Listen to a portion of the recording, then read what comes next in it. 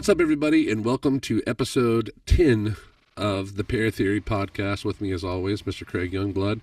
And today in the house, we have Miss Kara Phillip, host of Into the Obscure, that is exclusively on PARAFLIXX, correct? It is, yeah. Yes. Yeah. Well, let's talk about that a little bit. What is Into the Obscure all about?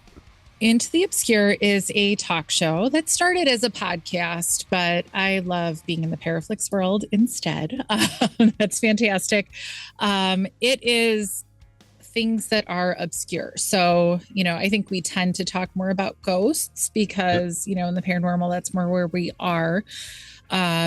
This next season, not even the season that's going to start airing, but it's getting more into the obscure. Let's talk about serial killers and aliens and cults and all that stuff. I, sometimes admittedly, I'm a little lazy and just say, hey, people I know, come on the show. I want to hang out with you for an hour. There's no shame in that. No. There's no shame in that. And also kind of the premise when talking to Natalie originally, kind of on the concept, there's plenty of paranormal talk shows and podcasts, right? So I don't know about you, but I've been asked about way too many times, what is your favorite piece of equipment? I don't know. I don't. How many care. times can you talk about it? I don't care anymore what my favorite piece of equipment is, to be honest. Yeah. So we end up kind of talking about anything and everything. And my co-host Rob, is one of my best friends in the world, and he's so funny. I always say I go to my husband afterwards, I'm like, yeah, that happened again. For the first 15-20 minutes he won't say much, and then all of a sudden he's just like bam, and who knows what we're talking about for the next 40 minutes. I love it. Yeah. So it's kind of like the after the show, almost, but it's the show. That's the way it should be, though. Yeah. That's the way it should be. That's kind of like, why we started Para Theory. It was just, everyone thinks we're all about just going out and paranormal investigating, but it's really kind of, anything kind of goes in the para world all the way around, Right? Because we're all interesting people, maybe not all, maybe I'm generalizing, but everybody's interesting and has their own story and has a whole life beyond it. And I kind of thought of it one day. We were out doing just photography, hanging out an urban explorer type thing. And somebody that I really don't often get to see in person goes, oh, are you investigating today? It was, broad daylight, which you can investigate. I'm not, knocking it. But I was like, no. And right. It was very reasonable. She asked the question. It wasn't crazy. But I was like, no, there's so much more. And this is a cool experience in and of itself. So it's funny you bring up Urban X. We had Doug from Fear Fanatics on here with us a couple weeks ago, and he's a YouTuber, and his show is all about he's the guy that does the top five worst camping experiences, top five, and and it's really cool. He's built a platform that he does it from his office, and he was talking about the struggles, this and that, but what we were talking about was these Urban X explorers that just lawlessly go out and break into a building. Oh, I can't even. And then I think about okay, there are two sides to this. There is paranormal world and there is Urban X explorers or explorers. And in the paranormal world, what are we used to? We call the building, we get a hold of the owners, we go we get all the paperwork signed, we go in correctly. The fear of getting shot by some random dude in there is not there. We're fine. And we go in and we explore. And we hunt, and we have a great night. I love abandoned things. I love all of that, but I want permission and probably just to have paid to get in. Yeah. I have no desire to break into a building. Craig, what were you saying? You kind of glitched out there for a second. Can you hear us, Craig? I said unless they're squatters. Oh, yeah. Well, that's it. Yeah. See, but that's part of paying that hopefully it's okay and it's clear. Yeah. And I don't like to go alone. I've always said I'm so much more scared of the living people than the ghost. Don't worry, I will run, from a ghost kind of reflexively, and I laugh at myself as I'm doing it, but I love it. But no, it's the live people that are terrifying. My scariest experience ever If it was a ghost, it was a really, really cool experience, but I'm pretty sure it was a human and I thought I was going to die. It was fine though. No, nobody came chasing me, so it might have been a ghost. Craig and I did this. I'm not laughing at you. I'm not laughing at you. I'm It's laughing okay. because when I first started doing this with Justin, his first rule was do not run no matter what. And every time that fool will almost run me over, and I'm like, get out of his way. Listen, I'm a very large man, but I have said it before, and I will say it again. Something happens terribly wrong. Better move. I'm gonna knock you down. I'm coming through. We had permission from this one place, the Waples plantation that we did. We've been out there several times, and this last time that we came out, middle of the day, we came out to do the walkthrough. He said he had cleaned the place, and we were like, okay. Or no, this is before he cleaned it. That's what it was. Yeah. He said he was getting ready to clean it. This made him clean it. This is what made him clean it. That's right. Because we went to go into the back door. He said the back door is available. You can come in through here. And so we go in, and the door's barricaded. And I was like, well, that's not good. And so then we did a walk around. We came around to the front of the place and realized the door was on the front, had like a steel door, but it was dummy locked. And somebody had broke the lock. And when we went inside, long story short, it ended up being a squatter that was dealing drugs. Oh. And what we didn't know, because we called him, he called the police. Police showed up with SWAT, went in with the whole build, like clear. It's a big 4-story mansion in Arlington, Texas. Oh, damn. And they went through, and they came out, and the sergeant comes up to me and he goes, "You guys said you went through the house?" I was like, "Well, yeah, we actually we swept the house, and we went in with our pistols, and we have permission to be here, as where this guy doesn't." And he's like, well, "That's a ballsy move." He's like, "Did you happen to look in the backpack?" And I was like, "No." There was a backpack on the floor, next to a little fan, next to a bed that the guy had been laying in, and we noticed some money like laying on the countertops, like dollar bills and whatnot. But we didn't touch it. We were like, "We're not touching that. It's probably got fentanyl and God knows what else on, Yeah. And so he's like, "You didn't look in the back?" And he was like, I was like, "No." He's like, "Man, you've been $40,000 richer. There's $40K in cash in that bag." Whoa. Yeah. And a bunch of drugs. I was going to say, you might also just be dead on the floor for whatever was on the money. Like, he's like, it was like pressed bills, like freshly cut, wrapped, stacked in that bag. Wow. So this was possibly like cutting into like a cartel kind of deal.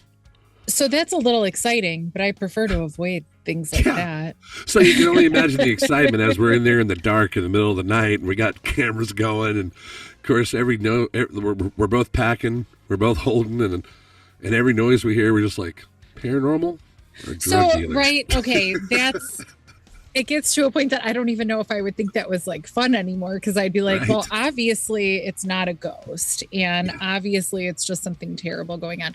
No, so my like scariest story ever, because I really thought I was just going to go die. I used to volunteer at the old Joliet prison, and we would. Yeah, I've got that right here. I was going to ask you. Yeah, that's a whole story. Saturday Squad. Saturday Squad, yeah. So before we were banned, but that's its own story. But okay.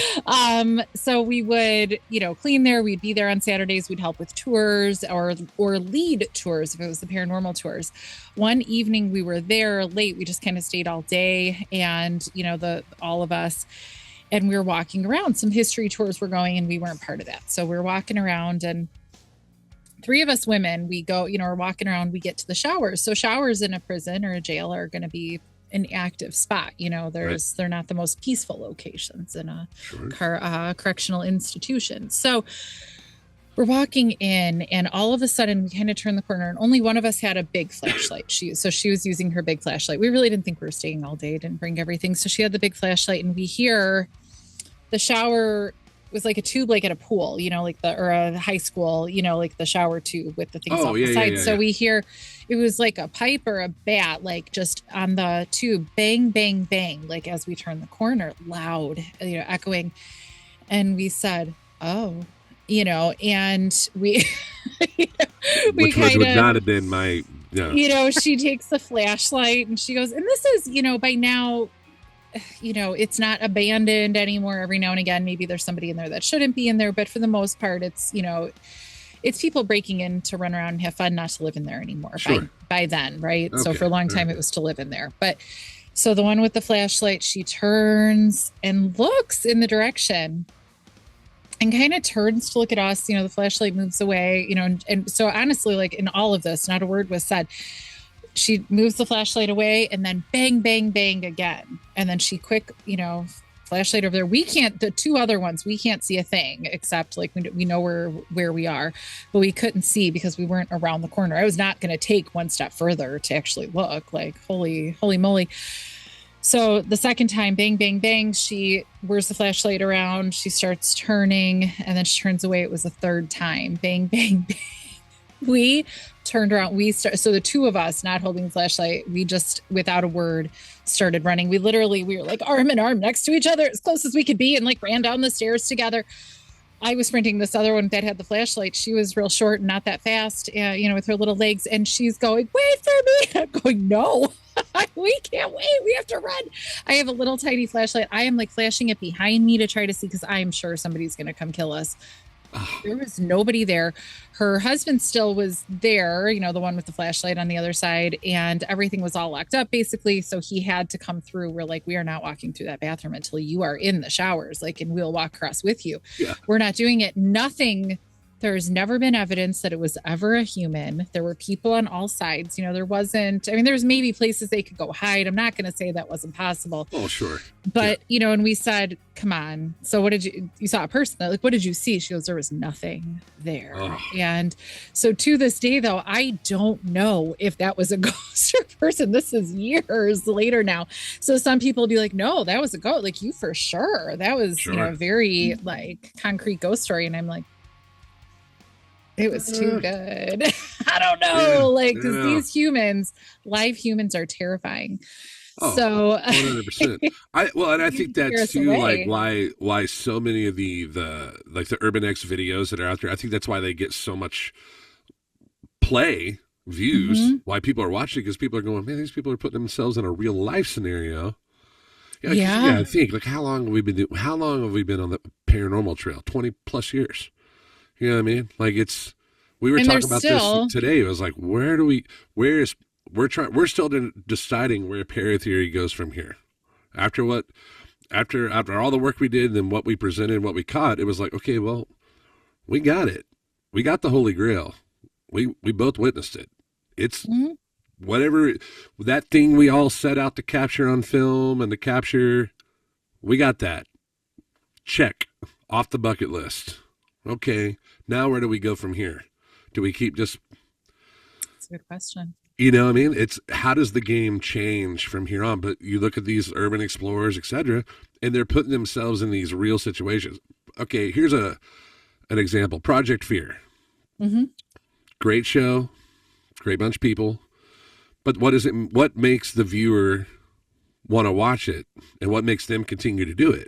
Well, it's them putting themselves in a childlike scenario of back when we were all kids sneaking into the house down the street that was abandoned, but they're doing it legally and they're going in, but they put themselves in alone positions.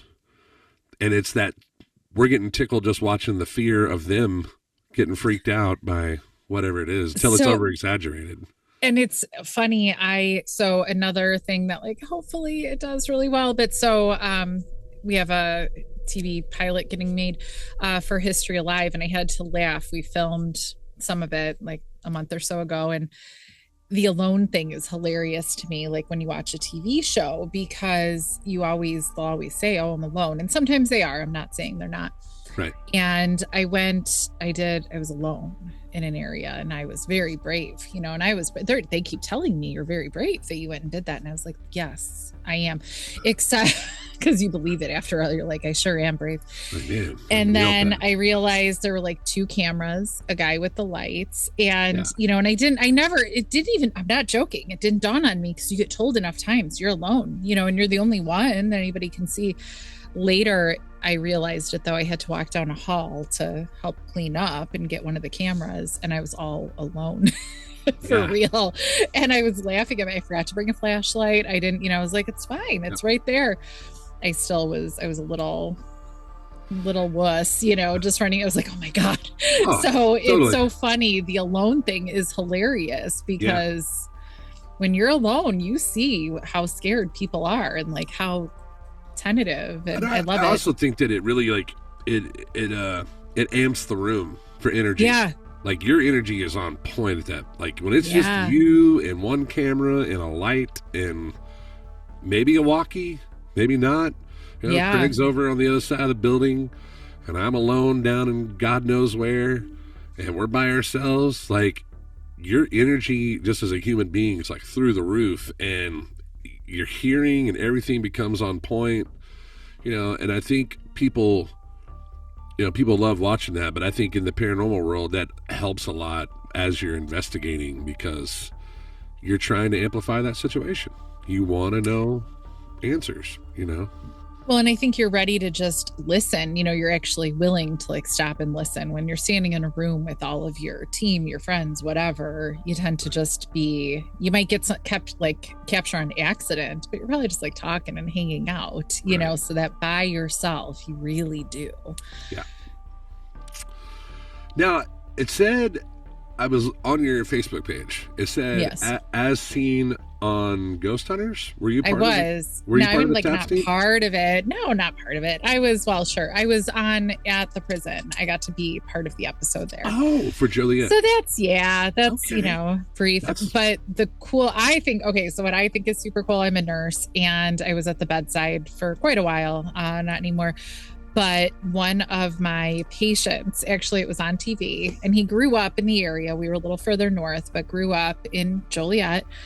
And he wasn't able to talk, but he saw the episode and he was trying to tell people but they weren't listening because why would anybody think like the nurse I had yesterday was just on TV at the prison I used to live by, right? And so he finally, and I, no joke, I go in there and I'm like, oh, let me tell you a story. And I'm showing him on my phone. I pull up, Netflix or whatever it's on.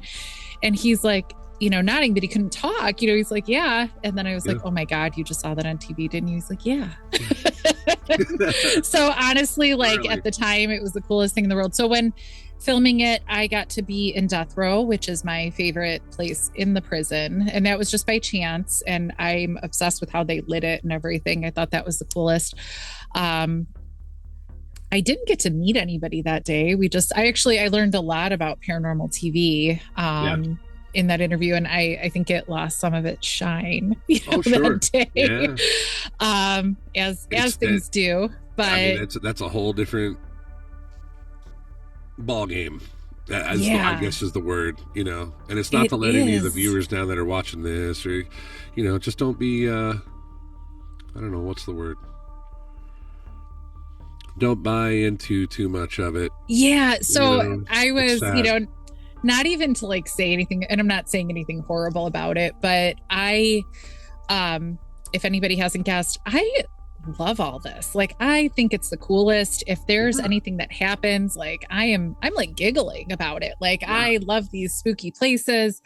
Even during Halloween season, haunt season, I love going to haunted houses. And if they can actually scare me, I'm laughing. I'm that person. I love it so much. So to me, to talk about these places, especially a place that I love that prison, to, kind of speak of it more negatively and scarily is totally contrary to how I am. And they, as they were interviewing a couple of us that spent so much time there and loved it, loved being there more than anything. And they insisted, are you scared to walk down, the halls? And I'd be like, no. They're like, no, you have to say yes, very seriously. And everything had to be really serious. They're like, don't smile. You can't, and I'm like, that's so stupid. I think of all of these shows that I've watched over the years that are so scary and everything. And it kind of taught me what I don't want the paranormal to be. And I know people love watching it. I totally get that people like that serious, whatever, but that kind of drove my involvement, in the field. I got really aware of just all the paranormal teams being angry and scared and, arms crossed and serious. And I was like, that's terrible. We were talking about it earlier. I was saying earlier when we were talking about parent theory, and I was telling Craig, I said, you know what really looks stupid is when and I'll say it. It's our show. I'll take I'll take the bullet. I said it. I'll say it out loud. I said, you know, what really looks dumb is when teams do this. It's that, you know, like, yeah.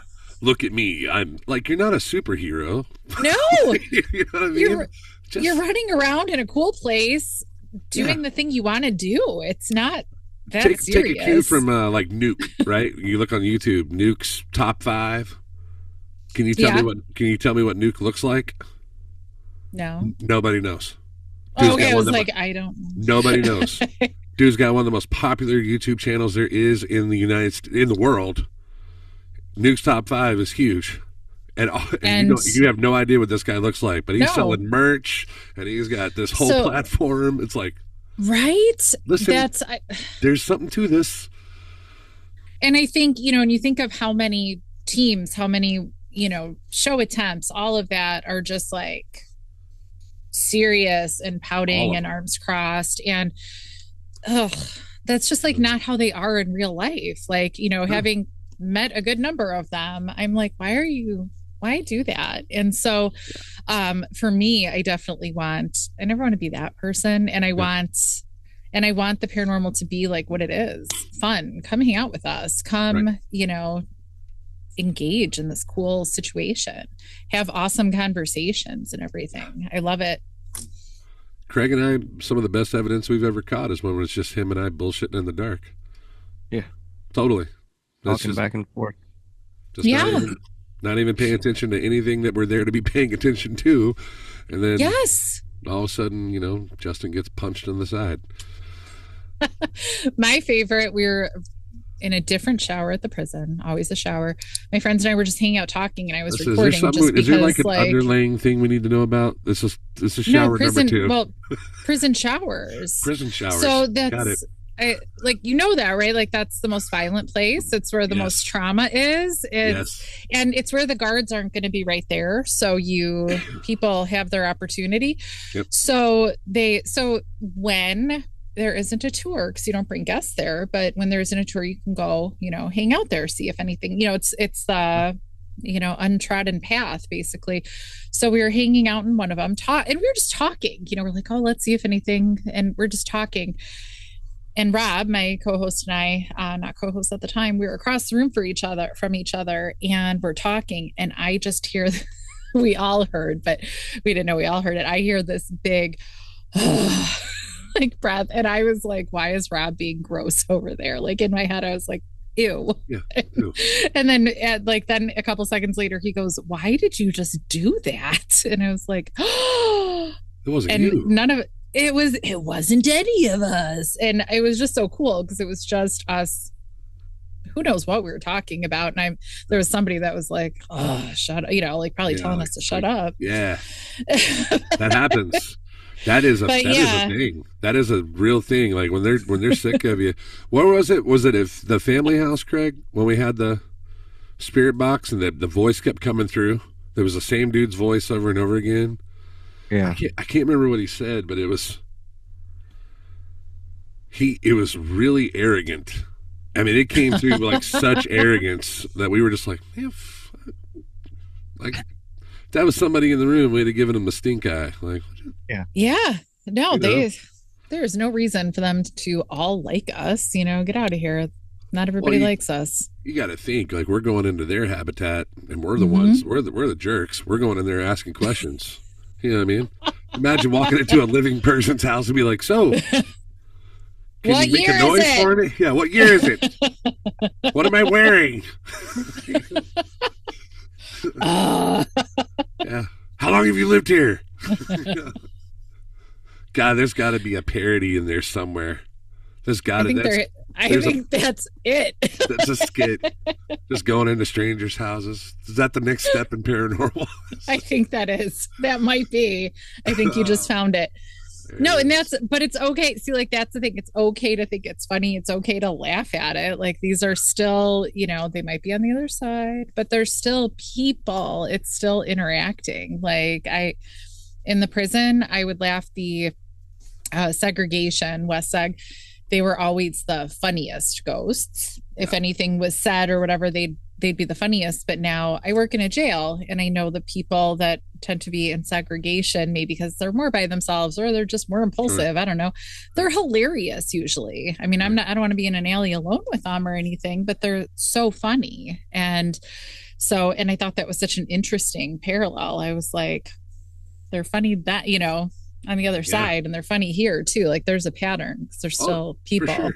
I think it just depends on the place that you're investigating, and it's and what you end up coming across. If you come across something, I don't think enough people out there in the world know that, a lot of the shows, a lot of the investigators out there in the world that are doing this, what you're finally getting by the time it hits the screen and you're watching it on your phone, that's after 20 tries for that one place. That's not, we didn't walk in there and talk to ghosts. That's several attempts to have it happen, and then it hits the screen. Well, and it's that you're there for a long time too. I don't know if people totally realize. I mean, we all say that, right? Like in every show, there's so much downtime, so much. We'll never get any of those hours back from just talking in the dark about nonsense. But that's the best part. Unless you're by yourself. then you're just sitting there in the dark going, I think I could take a nap. What is it? Back to Project Fear again. They had that dude from Texas come on, the dude with the long blonde hair, YouTuber. They had him come on, and they put him in the basement of one of these places. They went to I don't know where it was. It was on one of their episodes, but he fell asleep. Basements. He was doing a solo, are cozy. And he brought some snacks. And he's sitting there eating snacks, and then the next scene's like all this food laying around him, and he's just passed out. And they're trying to walkie him. They're like, "Hey, radio check for blah blah blah." Nothing. Radio silence. They're like, "Man, I hope he's okay." So they go to check on him. He's in there snoring. And he's just like, gave up on ghost hunting. I'm like, well, I don't blame him. Hope that was worth it. No, I was going to say sometimes just sitting in the dark, like a couple of days ago, we went to a seance. I don't know how much I believe out of what happened, the situation, but I came away from it. Like I would do that again, just like hang out in the dark, and it's peaceful and it's mellow. Maybe I just need that in my life a little, but it's like grounding almost. Yeah, it is. Yeah. It was really like pleasant. I was like, I would do this again and again, just to like have this. It strips everything else away, and the people you kind of came with when you whisper to them and giggle about something, it just kind of gives you like that moment away from like everything. So are you in the Texas area, or are you where are you from? Chicago. You're Chicago. Okay, well I figured you're working with Natalie. So I was like, well maybe she's true. Dallas way, Fort Worth. Do you ever come down here and do any investigations down here? No. Oh man, we got to pull you in on an investigation. Yeah, I'm not saying I wouldn't, but that's we had an idea of doing the podcast from a place that we've already investigated, like doing a live one, but like doing the podcast, make it like a 2-hour long deal. We'll do it from inside the room in one of these big places we've done, and use like a task cam and record through that, set up cameras and do it that way. But doing an investigation podcast, something like that. Yeah, it was not an investigation at all. It was just like very during the day and just a hang. But our season 3, so again, like season 2 is just going to be releasing now, but season 3 we already started filming, and we did go to a local, the Crown Point Old Sheriff's Jail, and filmed 2 episodes there. And it's it's so fun. I'm so used to doing this, but it's so fun to actually just be in person and be like, wow, look at this human right next to me. Yeah, right. I am in the same room talking to this person. Yeah, this is cool. Not this box. Yeah. And so, like I'm used to this, but Rob, my co-host, is not used to this. So he was obsessed with the being in person thing. And so, it's cool. Highly recommend. It's a good time. Yeah. Our band, I have a band that I'm in, and we do another podcast called Blood in the Water. And sometimes it's like, there'll be 6 screens going. Ooh. And it'd be like the whole band and crew together, and we'll all be talking, and we're going on about certain things, and then this past month we did a deal where it's like me interviewing one of the band members, getting to know them, and cool. so. But it doesn't Yeah. beat when like you go back to the first episodes and we were just here in this room all around the table together, and it was just hilarious and fun because you get all of us together, we're like a big family, and we just. So yeah, there is just something about like being right with people. So that's kind of like for our show. I think we're going to focus a little bit more on like local people because in Chicago area has cool people, but like to be able to do more of that live in person thing. We should trade off investigations though. That would be great because we're trying to get out of Texas, and if you want to get down, we can. I have to. Well, so yeah, like even talking about my beloved prison. So like, no, we kind of lost our home, like Joliet's gone. Place. So they've shut out the paranormal. It's in some hands that I tend to be a little bit more measured with my words than some of the other people that were banned, but I tend to be a little bit more. Like we'll get into that. I'm going to make a note. Yeah. Keep going, and we'll come back. No, so we some of us that volunteered there for a very long time. Some were employees, some were just volunteers. There was kind of a purge. They real quick banned seven of us. I wanted to say 6, but it's 7. And 13 people altogether got fired. So like then 6 more employees in real short order. There was a IG investigation into it. It's because it's the Historical Society that on a handshake agreement is running it for the city that's leasing it from the DOC. It probably sounded like a good idea to let the Historical Society do it years ago, and that was maybe misguided at the time at best, but over time has really gone downhill. So one of the people that they keep promoting was known at her last job, the time that she spent there, as the lost years, and they prefer not to talk about it and how much they lost during that time. So she keeps, really bringing some sunshine to the organization and the city. She's not even from here. And so they're taking a direction that is not, in my opinion, and a lot of our opinions, great for the site, and certainly terrible for the paranormal. So, sure. Why they banned us, I don't know. I think they just kind of had like a moment, and I think they thought it was just going to make us all go away. And I was like, actually, that was probably like the wrong approach. You probably just kind of like. I think it's the paranormal world just taking a hit as a whole, just in the last. Really in the last 2 years, but in the last 8 months, I was looking at it the other day, like how many things that we've seen in 12, but inside of 8 months, how many things we've seen collapse in the like, I mean, Bobby Mackey's is gone. We talked about that. Mm-hmm. They took it down. The big blow up situation with the Conjuring house, that's wild. Like I can't even keep up. I just know it's not great. No, it's not great. It's crazy. I was like, oh my God, all the stuff that happened with, a bunch of YouTubers going at it with each other and this implosion going on. And I'm like, what is going on, man? Like no one's putting out, like I'm not real big fans of them, but like Twin Paranormal, I saw them the other day, like, and I'm looking at their analytics and I'm watching it go down, and then all of a sudden their place gets broken into and somebody steals a bunch of their cameras and stuff at their house. And I'm like, why would you film this? Why are we talking about this? Were those insured? What does this have to do with anything about paranormal? Why would, because there's not content otherwise. Right. So they stole all their stuff, but we'll have an episode up this Sunday. Well, you release them weekly. I mean, you got something to edit on. What are you doing? Like, I don't know. I've noticed that in the last year, a lot of imploding on the paranormal world, and it's sad. But I say it's sad, but I think it's also a good thing because it's making all of us that are still in it going, okay, what do we got to do here? What is new? What do we bring to the table that can further you got to think about it. Like, okay, you're a ghost hunter. You're going out and you're investigating a place that has a history and etc. Well, that's great. We've all seen it 1,000 times. And if you're doing it for self-gratification, that's awesome. More power to you. But if you're going to have a show, how do you push the bar? Yeah. I think that's the question. It's like, Don't go out there being a hoaxer and trying to fake it. That doesn't help anybody. Right? Yeah. No. Do the right thing. But how do you push the bar? Yeah, and I think for me, I think that's even with so I'm going to say with one of my shows, with Into the Obscure. I think that's why we're not like focusing on ghosts or even investigating. It's more the people. Like I learned really quick as I like kind of, came up in the field and got to know people and everything.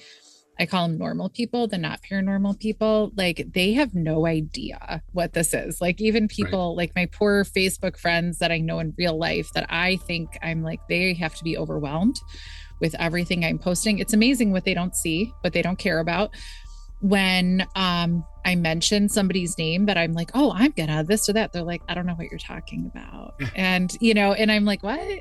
And I went, I saw Josh Gates goes on his tours talking, whatever. And I was saying to everybody at work, you guys, I'm going to go see Josh Gates, on Friday. I'm going to, to me, everybody in the world knows who he is, right? Like there is no question. It's a delight. If you ever get a chance to see him live, you go. So it was fantastic. See? Damn it, Craig. I knew it. Craig, you know who Josh Gates is? No. See, okay. Case in point. So I was sure everybody around me would be like, oh my God, you're so fortunate to go see the Josh Gates. And nobody knows. So Josh Gates is, I think awesome. At one point in time, we all maybe thought we were the only ones that knew who he was. You almost feel like you discover this guy, especially because it's on the Discovery Channel, especially ages ago on his show. Like he's been doing this forever at this point. Is it decades or does it feel like decades? I don't know, but he's Indiana an actual Jones, real life. Actual archaeologist. He actually is, and just a delightful man. You got to go watch one of his shows, and because he has like 30 shows now, and they're all just like running on Discovery Channel, and no problem either. No problem. No network. No network is trying to get rid of Josh Gates. No, because the shit that he finds is so interesting. But he's also one that actually delivers. And he's funny. He's just spectacular. Really, everybody. So, okay. So here. I want to marry this guy. For real. Only 2 out of 3 of us even know, and I would expect 3 out of 3 here. So the real world, normal, not paranormal people have no idea who this man is. And I was like, how is that possible? So for me, that was like a huge lesson in, we all don't know who each other is all the time. And we think we do, but now, mind you, I'm on PARAFLIXX, which is an exclusive thing, and you have to have PARAFLIXX to watch it. So as I say this, maybe I'm not, but I want people who are not maybe part of this world to start being like, oh, maybe I like that person. Maybe I want to know more about what they're doing instead of always ghost hunting, at them. And to not be like standing like this, make it be more accessible and people to be like, oh, let's hear more about this person. Totally. Our first episode of this season is Zach Wenzel, who I know in real life. I was on his most recent documentary. But he was talking about magnet fishing off a bridge one day. So we're not sitting there just talking about, well, tell us about that documentary you filmed and how do you ghost hunt? We talk about everything because I want people to get drawn in and be like, oh, who are these people and what do they do? And even History Alive is the show we're hoping gets picked up, but that really talks about it brings in the history for real. It focuses on that even for filming, for us to go and film, assuming we get to keep doing it and everything, is the ghost people are only there for one of the filming nights, so on a awesome, location, we only need to be there one night. Everybody else is there a lot longer because they're involving the history and telling more of a story. And I think that's amazing and really focusing on the history. So you're learning some stuff too, they sneak in some learning, and here's us, maybe we get something, maybe we don't. And it looks pretty cool from the stuff that you've been posting. I've been like, oh, I'm interested. I definitely doesn't it? I know. I'm going to admit, and the producer always, gets like salty when I say this because I kind of hurt his feelings, but it took so long to make anything, for it to happen because he was working. I just was waiting for my next phone call, whatever. So to me, it was like so long, and is it going to happen? And then it finally came time to do it. And I was like, well, if it works, whatever, cool. And when we were leaving from our second or third location, like the last night we were going to be doing this before he got everything together, I was like, you have to get this picked up. Like, you have to, because it's such an amazing time and such an amazing group. And then everything I see that he puts together, I'm like, shut up. Like, stop. Yeah. So yeah, so I'm hoping, but that's like my goal, to like bring kind of, people that aren't right here in our little circle. Yeah. And interested. That's one reason, like one of my main reasons I like working with Craig is because Craig doesn't pay attention to a lot of stuff that I pay attention to. So when we're drones, Josh Gates. Right. Exactly. Like he doesn't pay attention to that. He pays attention in detail to other things, like when we're in the job or when we're investigating and doing stuff like that, he'll pay attention to that. So when I see his ears perk up and he's like, what the hell was that? Then that's when I'm like, all right, I wasn't crazy. You know what I mean? Like, that wasn't my head. That was really a knocking that happened in the kitchen with the dragons flying around. Yeah. So it makes it a good team because it keeps the clouds free from the blue sky, however you want to put that. But I don't know what that saying is, but I think I agree with it. It separates. It's like you see the cloud and you see the sky. It's just not all gray. Yeah. I get it. Some analogy crap like that. Probably gonna have to Google it later and be like, oh, that's where that came from. Now, the drones thing, like, yeah, that's crazy right now. I mean, everyone's talking about it. I don't know. I don't have a clue. My wife was like, what do you think about all these drones? I'm like, I don't know. I know that they'll probably get shot out of the sky soon enough. Like, so I am oddly detached and disinterested. I don't know, because I think when I first heard about it, I was like, that sounds crazy, and just kind of whatever.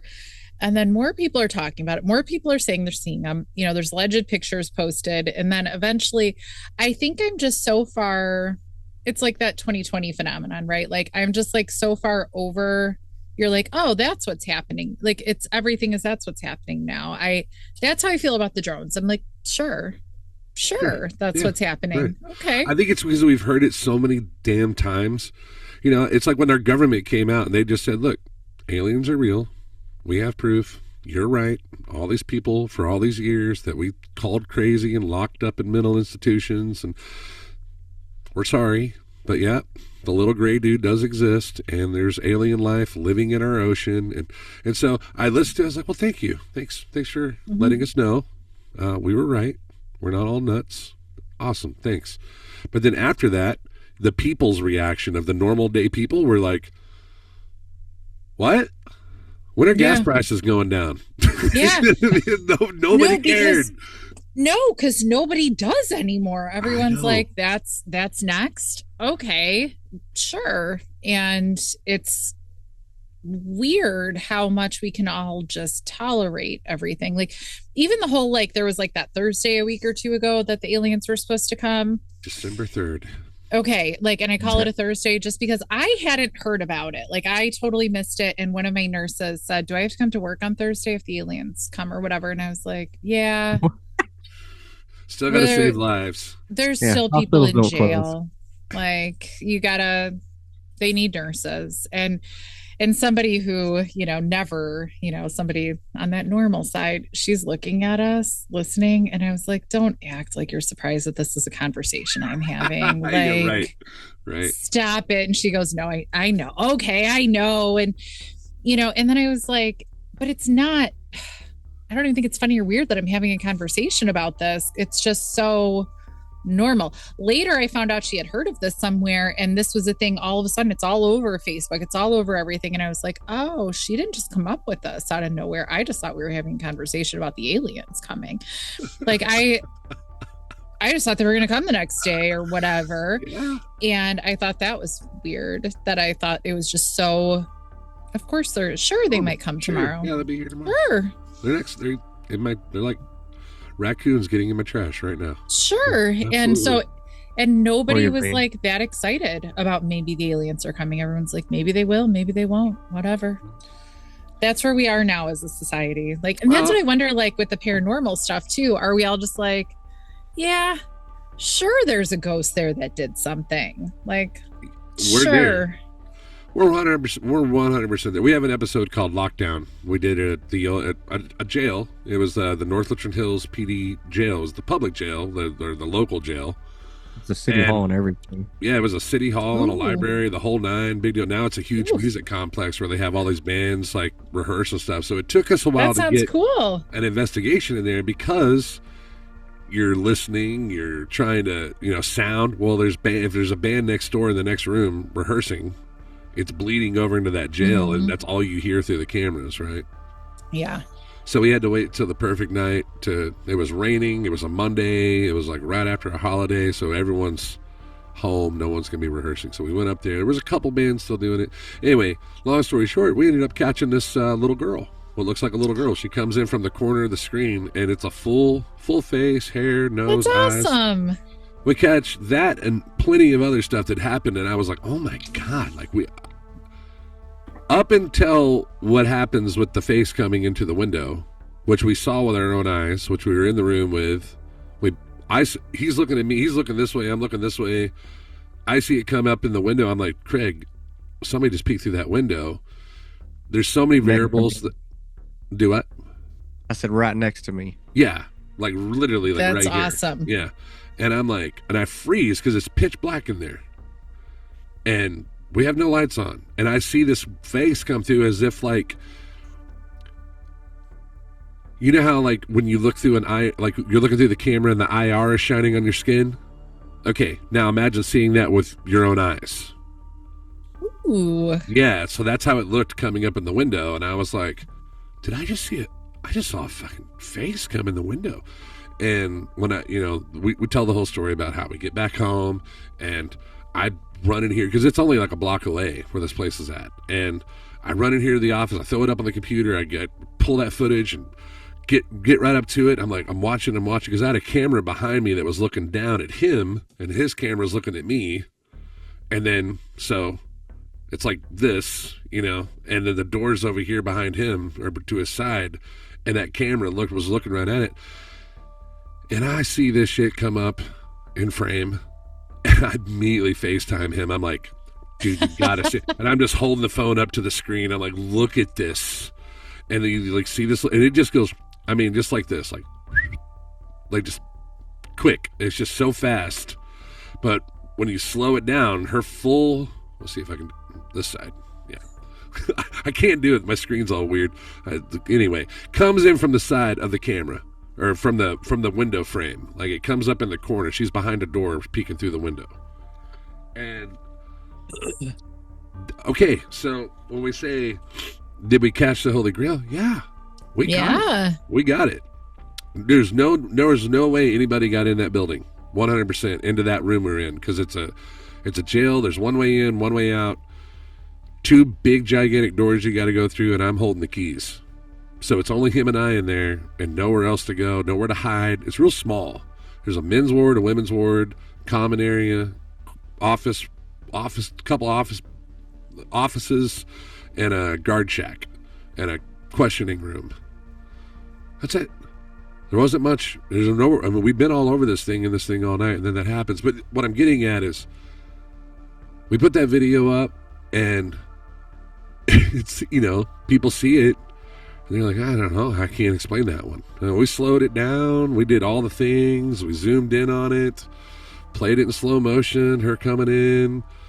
And I'm just like, dude, you want to see what a ghost looks like?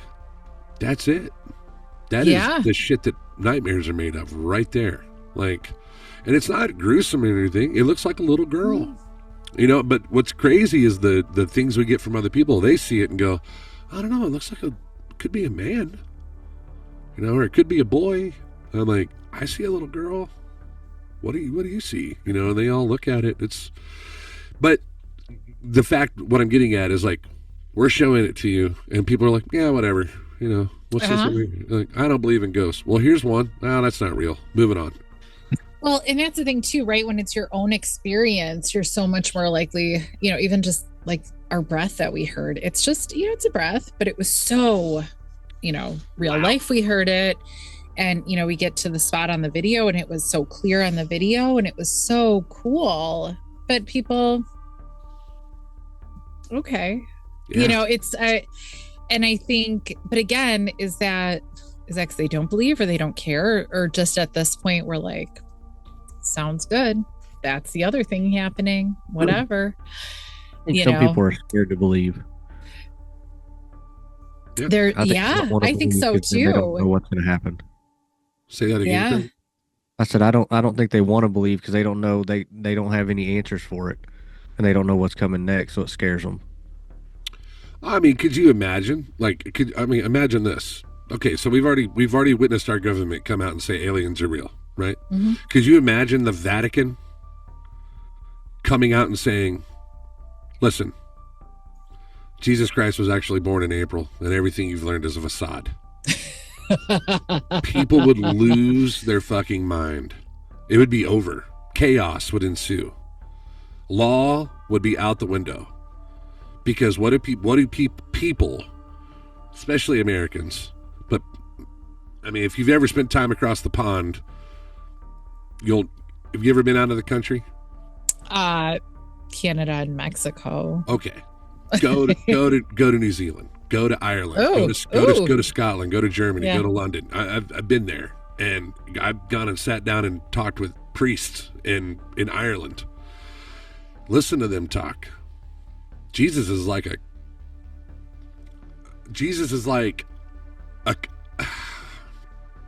a mascot here for the Bible there. It's not two in the same. Interesting. It's not like how we worship Jesus Christ as our Lord and Savior and blah, blah, blah. Not over there. It's God. Jesus is just a puppet. It's a totally different view. Everything that we're led to believe here is not what they believe across the pond.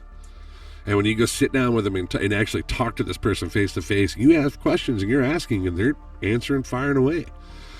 So imagine if they came out and said, ghosts are real. These things that you're seeing in the dark and that are happening in these shows, they might be proven and they might be captured. Maybe some of it's fake, maybe some of it's real. But the point is that we have proof that 100% there is another side, and we're not sure that it's heaven or hell. Mm-hmm. There's so we have in the Chicago area a lot of Catholic everything. That's very normal. Absolutely. It's I kind of call it Chicago Catholic. When I lived in Michigan for a while, I was like, oh, it's very different here. They take it more seriously. They're more Christian-y in Michigan, so it's a little, the Catholicism takes on that spin. In Chicago, it's more just the same way in Texas. Yeah, like it's just kind of almost more cultural. Like I went to Catholic school, you know, you do all that. So we have so many, my family's buried in, a lot of my family is buried in the cemetery where we have Resurrection Mary that, she's, big in our area. And I always just really took for granted that this is all normal, but you cannot go ghost hunt, like sanctioned ghost hunting. If you sneak something, you can, but no ghost hunting in a Catholic cemetery because ghosts don't exist. So they can't let you go on a ghost hunt. Because if they said, yes, we will take your money or let you do this or permit it, that's like admitting that there are ghosts. That they're ghosts. And the Catholic Church will not do that. So you're not going to like exchange goods and services for a ghost hunt, like in a Catholic cemetery or in a Catholic church. Like the church won't do that because that's sanctioning it. Or we have the place that I'm most scared of, actually, like that I've encountered so far. It is in that same cemetery, Resurrection Cemetery, there's a big old mausoleum, and I find it to be absolutely terrifying. Like there is something there. And there's something about like, even when I like take the elevator or take the stairs, I'm always sure, like I'm concerned. I don't do it by myself. I have somebody with me because I'm concerned I'm gonna like end up in a different time or a different like dimension Oh, is wow. like how it feels. I don't feel like this anyplace else, but I like need somebody there with me just in case, because I don't think that I'm gonna stay where I'm supposed to stay if I'm Wow, by that's real. myself. And where is that? It's the mausoleum. It's one of the mausoleums, but it's the big mausoleum at Resurrection Cemetery, but Wow. in Justice, Illinois. So, and most people usually I'll be like, okay, you know, and then I'll bring them and they're like, oh, Yeah. okay, Oh, okay. what is this? Yeah. And Huh. but you cannot like you can't find like information. Every now and again you'll get somebody to like kind of talk to you about it, but it's still real hush hush because I think like everybody knows.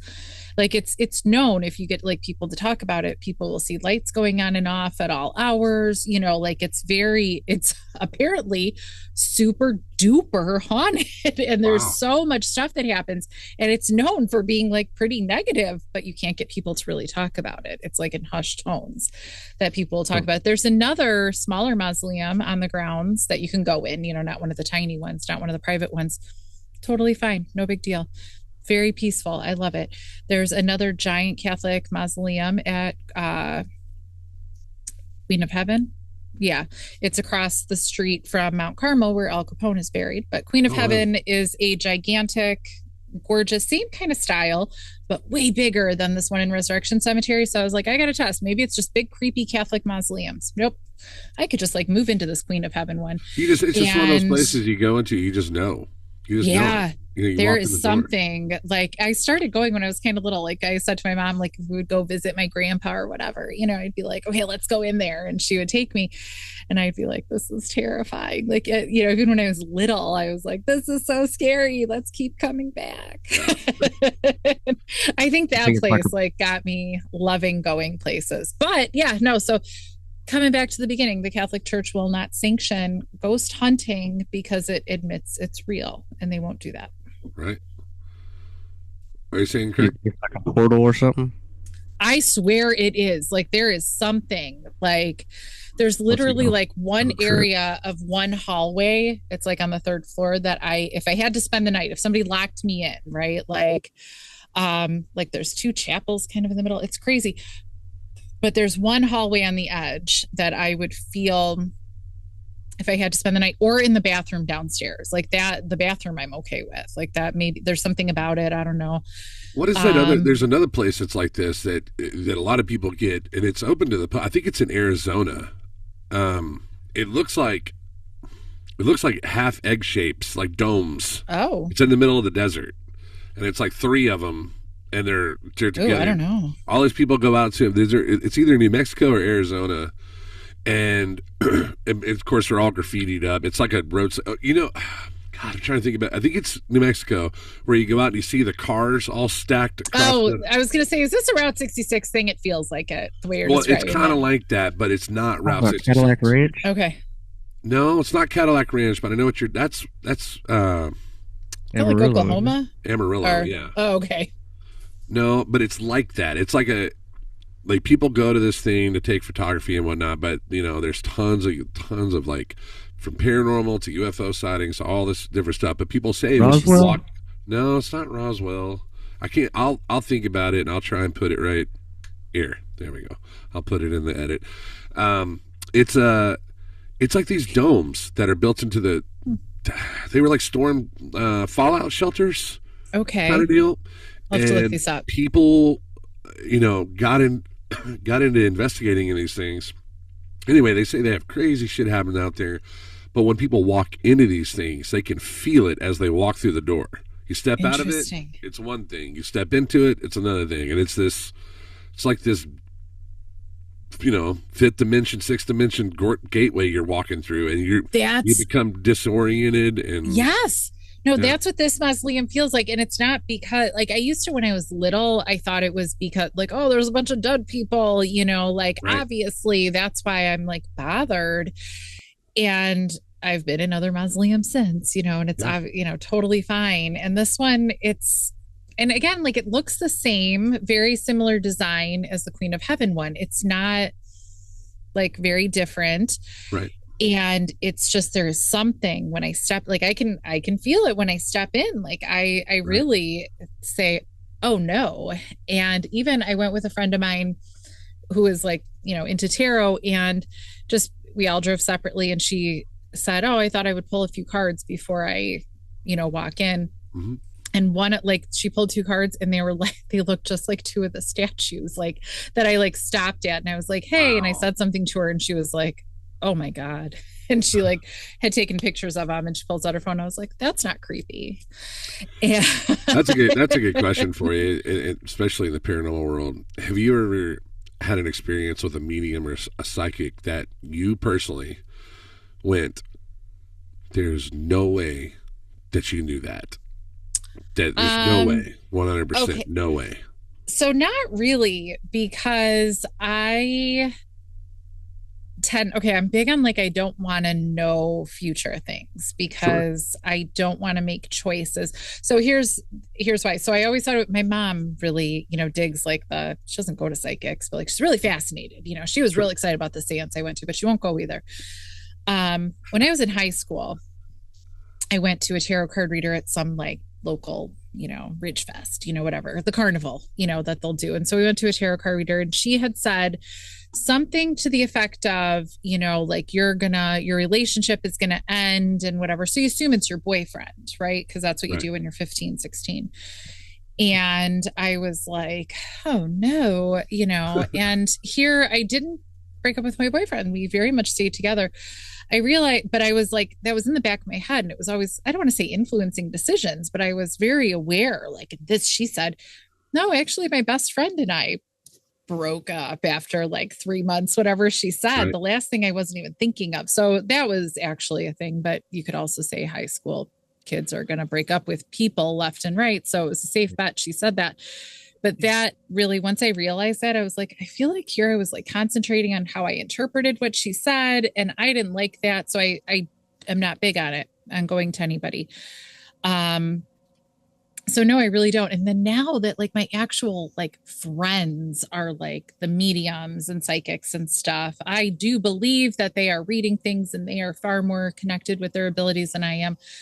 But then I don't know, it's like weird. I'm like, I don't want to say I don't want to let you in enough, friend, but I don't want to. I don't want that like interaction. It's a feeling when it happens, when you experience it and you go, man, holy shit, there's no way. Yeah. So I grew up with my mom. She was a medium.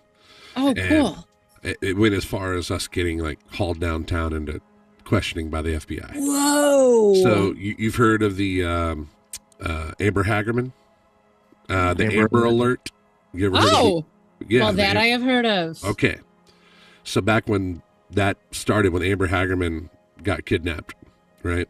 They were searching for her for weeks. And this is a long story, so I'm going to make it really short. Right. But the morning of them finding her, they were doing a news like, no news today in the Amber Hagerman story, blah, blah, blah. It was in the morning.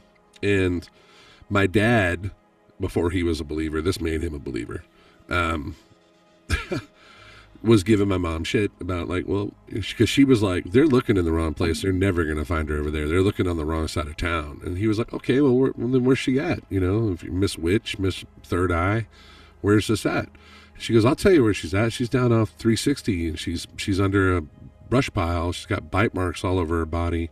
And they're going to find her about a half mile down the river on the Trinity with her legs sticking out. He goes, okay, well, if you know so much, why don't you call the police and tell them?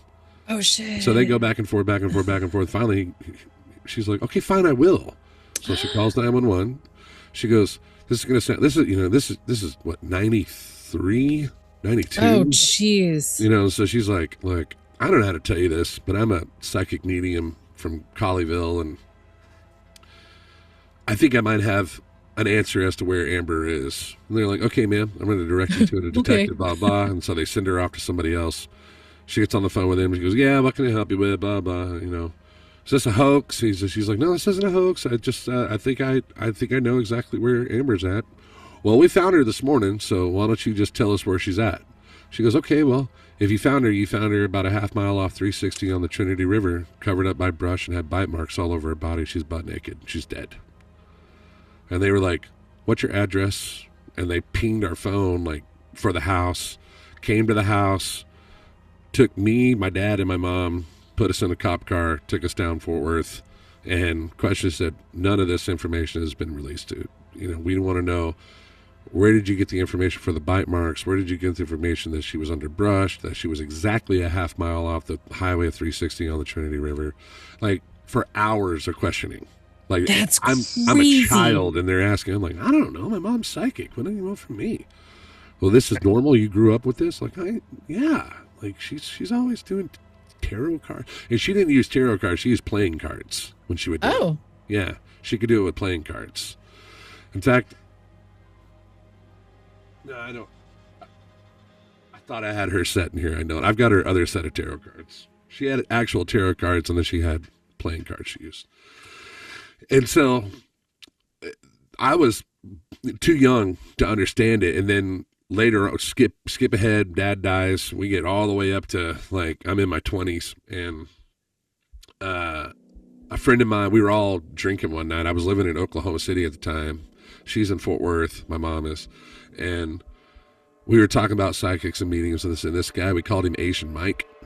And he was like, bullshit, I don't believe any of this, man. I don't believe in any of this. It's all bullshit. They read you, blah, blah. I was like, well, what if we make a little wager out of it? And he's like, all right. I was like, I'll bet you my rent, which was $400 for the month, college kid. I was like, $400. I'll bet you my $400 in rent against your $1,000 in rent that my mom will read you like a book, and it'll take her about 5 minutes. And he's like, I was like, you've never met my mom. You don't even know what she looks like. She's never met you. She has no idea who you are. You're more of an acquaintance than a friend at this point. We really don't know each other. So we get her on the phone. We did it on speakerphone, and she would do this thing where she said, I'm gonna shuffle this deck a few times. So she shuffles the deck, and she goes, I'm gonna flip the deck. Just tell me when to stop. And he goes, stop. And it landed on like Jack of Hearts. She goes, okay, I've got the Jack of Hearts in my hand. I want you to just concentrate on that card. Don't tell me anything about you. I don't want to know anything about you. Just concentrate on the Jack of Hearts and hold your hand like next to your heart. He's like, like this. We're all standing there, like, this isn't going to work. He doesn't sound Asian, by the way, whatsoever. Like, he sounds borderline sounded black, like a brother. Like, he was like, yo, man, what's up? He had kind of this slang to him. So you would never guess by being on the phone with this dude that he's Asian. You'd have no clue. And I didn't call her and say, hey, Mom, I want to put you on here with Asian Mike. I didn't say that either. I said, hey, I got a buddy. I didn't even say his name. I got a buddy, doesn't believe in this. We're going to do a reading. Would you like to do a reading for him? She goes, yeah, I'll do a reading. And so this was 2001. All right. Edmond, Oklahoma. She goes, well, first of all, Michael, name dropped right out the gate. She knew his name immediately.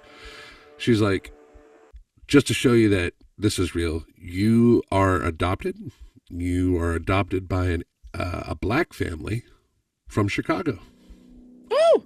And you recently moved to Oklahoma, the northern side of Oklahoma City, which I'm assuming is Edmond, where you're at now, probably because that's my son's there. But you guys moved there about 10 years ago? And he's like, yes. Well, you have a question that's heavy on your mind, and we're just going to go ahead and get out of the way, because it's just, I got somebody sitting here telling me that this is going to happen. And it's like, your grandfather just passed away like in the last 3 weeks. And he's like, yes, he did. And that would have been his adopted grandfather, right? Through that family.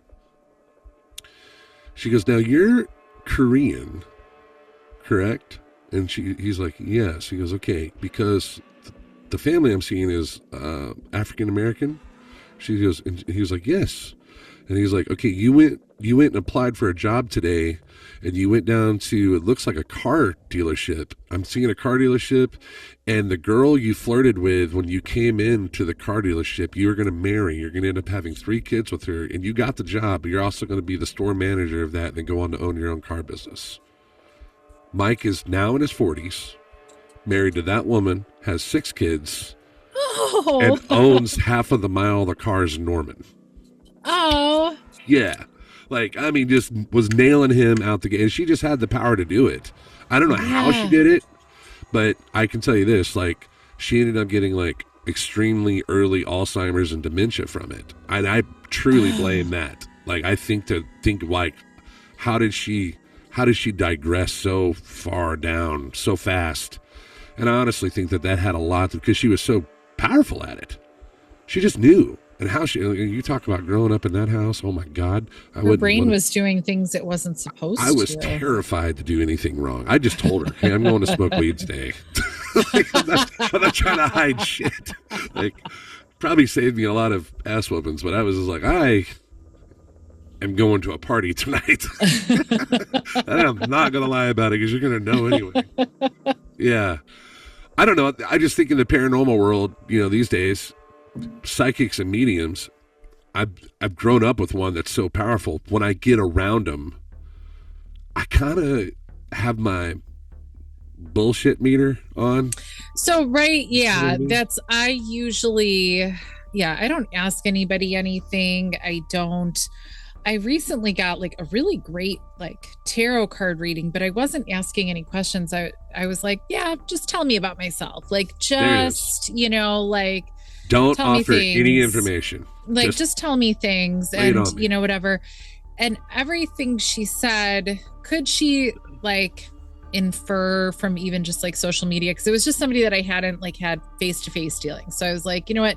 Okay, because I'm not going to ask like somebody that I'm friends with, having deep conversations. I'm not going to talk to them about this. But somebody that I don't know as well. Could she have inferred stuff? Sure. But it was deeper. It was better. And I was like, all right, like it felt, and it just, I could feel, kind of feel the peace, like kind of feel the energy from it. And I was like, okay, I feel like you're legit. Like you got something going on here. Cause she was really right. It wasn't, you were born in a house and a hospital and then lived in a White House. It wasn't anything like that, but it was just like a lot about me and, kind of situations. And I was like, okay. So that just like felt good. So if anything, I like a good medium because I like their energy, and you can usually tell like when they're not on their energy.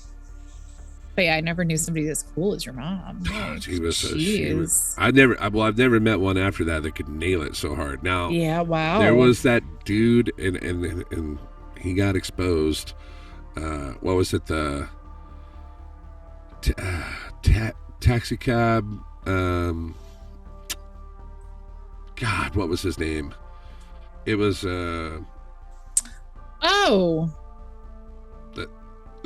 Uber, I couldn't tell you his Uber name. psychic or psychic taxi. Yeah, or something I don't know his name, but I know what you're saying. He would be he's the driver, and like people would get in his car, and then he'd be like, "Oh, I'm a psychic medium," like, and he would just start doing their readings as he's going down the road, and it was supposed to be just at random people getting in the car, and then it got exposed that no, there was a whole back into this. They were doing the homework on the person before they even got in the car, and they had a whole team. That's so lame. I was like, see, boo.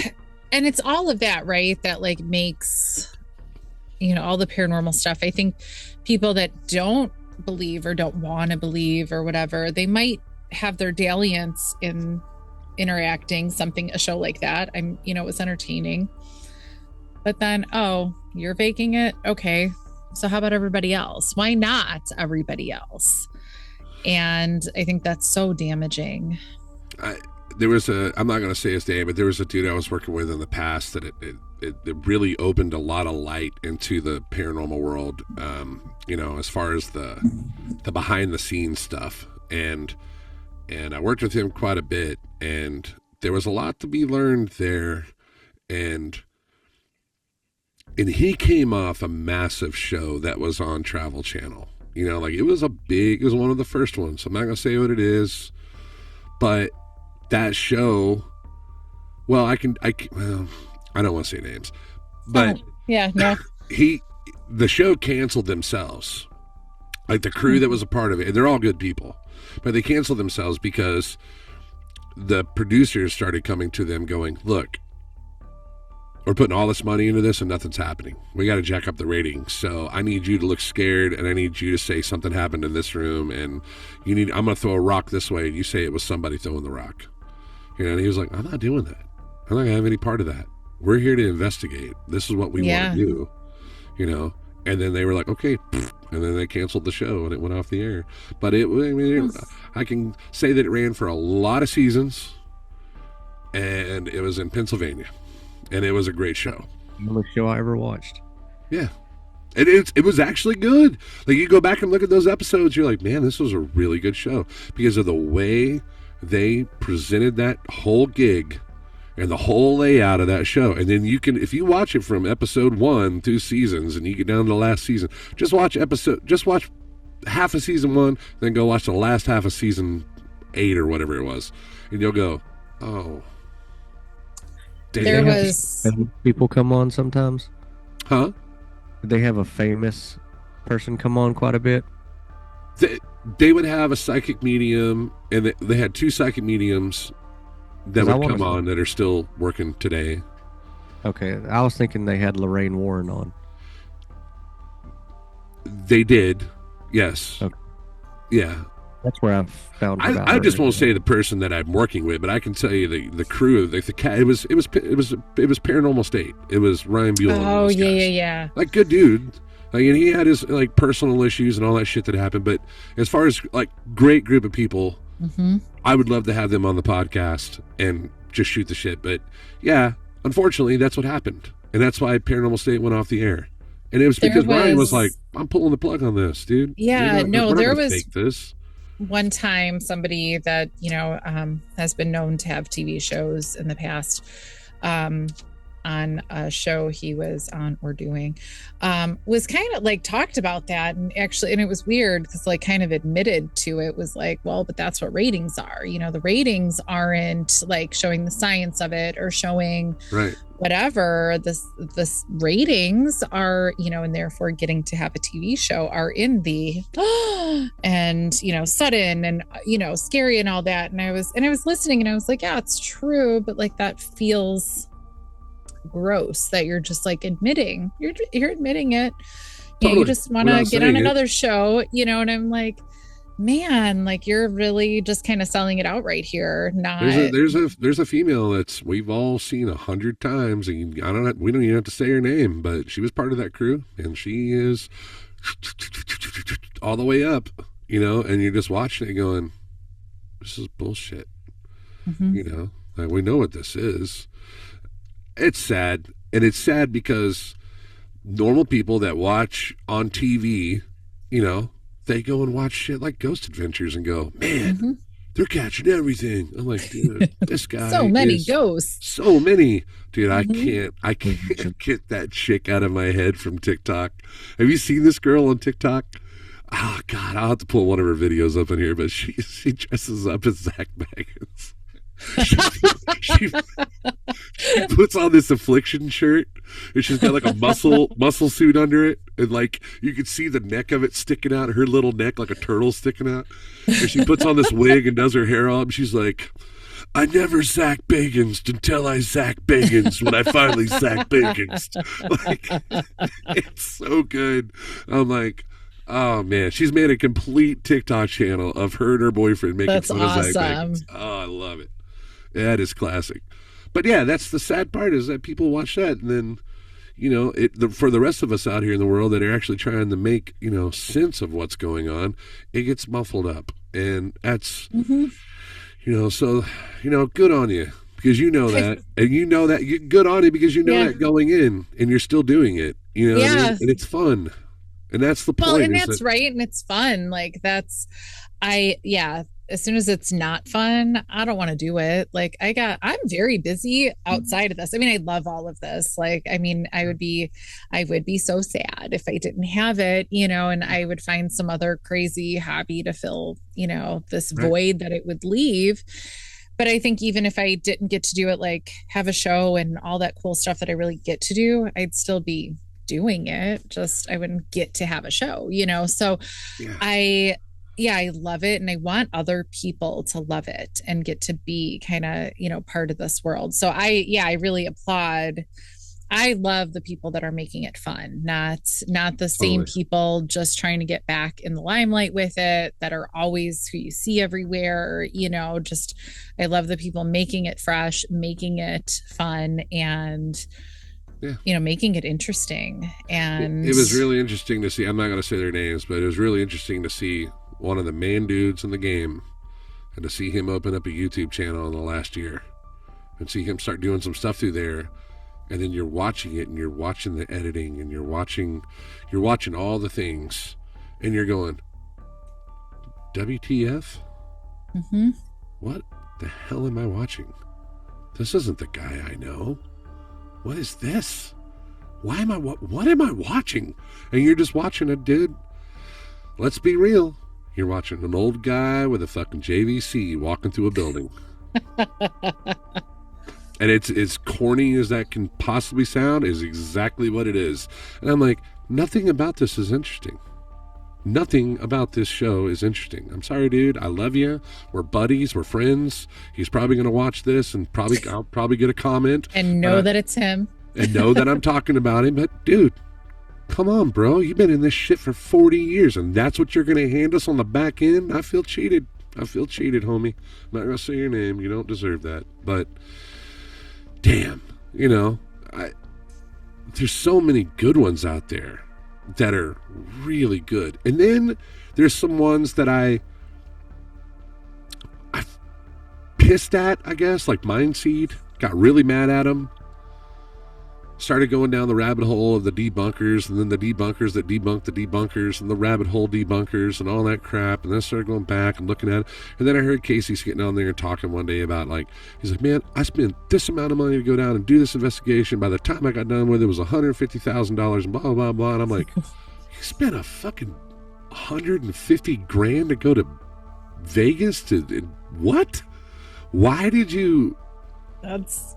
How much? What? And I'm listening to all these YouTubers talking about how much money they're spending to go and investigate a place, and we're paying for all this time, paying for their partners to be there with them, and paying them $1,500 a day. And I'm like, fuck, y'all have lost sight of all of this, or did you ever have a sight at all?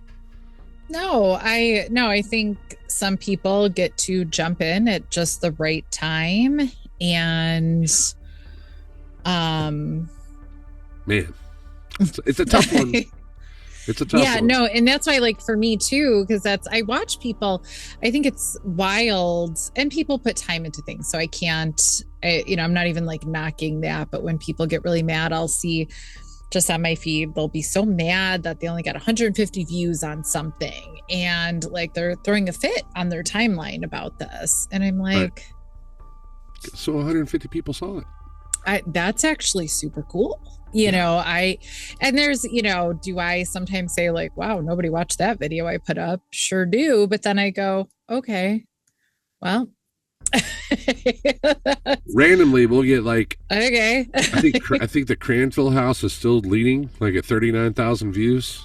And then isn't that funny? The internet is funny, in algorithms and everything, because every now and again something just hits, and then so I think that's where I appreciate sometimes some people just do it, and that's okay. Yeah, that's beautiful for them. That's wild to me, and I think that's so cool. But and sometimes stuff just nothing, and that's okay too. We recently in the last month opened up a TikTok account and made Para Theory a TikTok account, so that we're promoting the podcasts and stuff on there, right? Yeah. And I noticed that we had so this video, I'll cut it up and I'll use Opus Clip and I'll make, little shorts out of it and stuff. And I'll have several to post out through the week. And I noticed I posted one, and then about 4 hours later, I posted one right behind it, and had it up on there. And I actually didn't mean to do that. In my head, I thought I had done it as a short on YouTube, and then I was putting this other one on TikTok so I could have two different videos going, and then switch those around for the next day and post the one I had on TikTok on, Well, I accidentally posted it on TikTok, so I put two videos up on TikTok within a 4-hour span of each other, and one is still sitting at 128 views, while the other one hits over 14,000.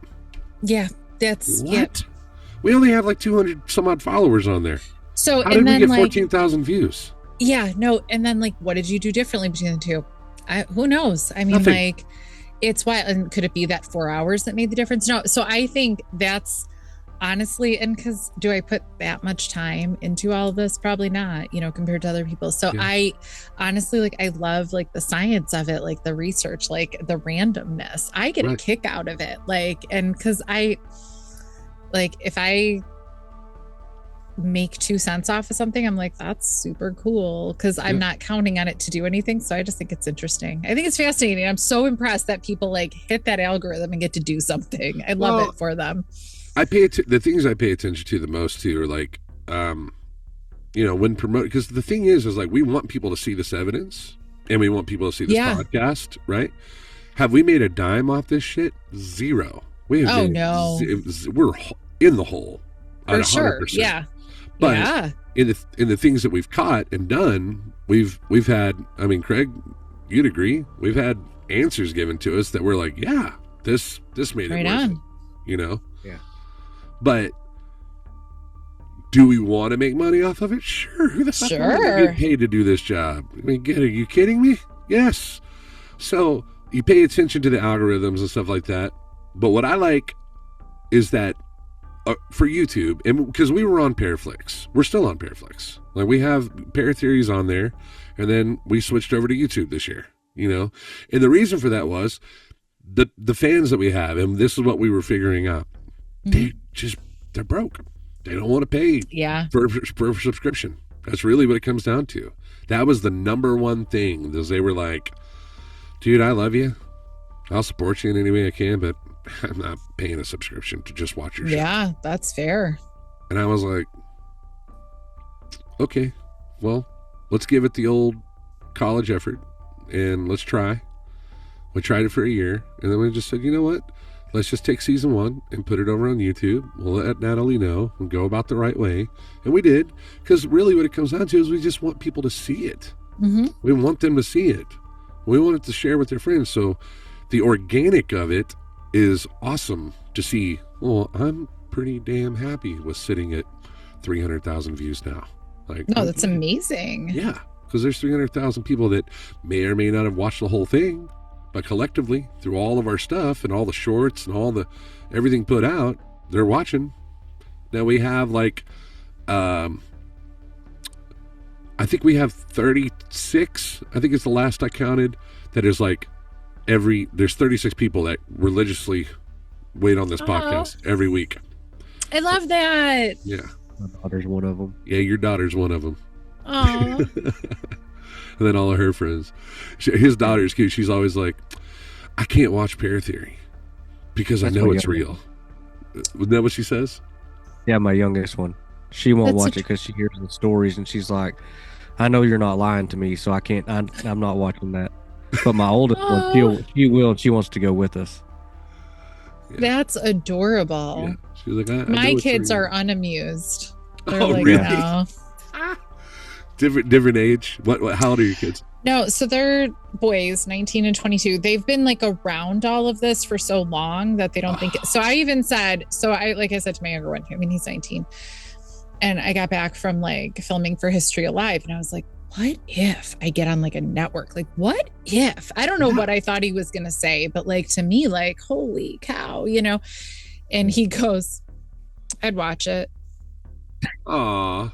Hey. Thanks. That's as good as we're getting. Thank you. That there was no like, that's so cool, Mom. No, just I'd watch it. Hey, and listen, I was like, thank you. I've been with the same girl going on 20 years coming up this August, and she has seen me play. She met me when I was on tour, and I can tell you how many shows she's been to this year. And it's been like 5. maybe 4. 5, maybe 5. You'd watch it. We're gonna go with 4 because she's so. I mean, as you can see, there's guitars and shit all around in here, and this is where I write. So like, last night I was working on stuff in here, and I bring her. I'm like, hey, you want to hear this? And she's like, oh, that's cool. Yeah. I'm sitting here losing my mind, like this is badass, and she's like, yeah, another song, another record, another band, another music video, another this. She loves it. She supports the hell out of it, but. Don't let that get you down. Just the fact that did your kids, you're like, I would watch it. Be like, tell me, sweet. No, as long as I just thought it was the funniest thing. I was like, Okay, that I'll take it. Just step. That's- one 'cause in the box. He's not watching anything else. So he's not interested. I'm like, you want to go to this? He's like, I'm good. Yeah. See, I think that's a great idea. Yeah, my There oldest was, wants to go with us bad. say again. I said my oldest wants to go with us really bad. So I See? have two girls, 21 and 18. Oh, take that oldest one. That's awesome. Yeah, man. Yeah, she'll probably get to go soon. Yeah. That something we've talked about several times is like, well, why don't we just have some fun with one? Like, I would love to take just a group of people, but do it in a sense of like taking the skeptic, taking the person that doesn't like to be alone, that needs somebody there with them or doesn't, but is used to that safety harness, and pushing you out of your box, going, okay, Kara, today we're at the Jefferson Hotel and you're going to spend the remainder of this night by yourself in the top floor of this place while we're going to be across the street of the Excelsior House, and you don't get to come out of here for 24 hours. You know what I mean? And you'd be like, fuck. I don't know See, how to do this. like if you give me a TV, I'd be okay. I'd be like, great. But without anything, I would lose my mind anyway. Aside from ghosts, I would just really, I'd struggle. I just want to do something that's in that realm. You remember back to, like 20 years ago. Let's go back 20 years. And let's go back to when you started first seeing like them. This is before taps.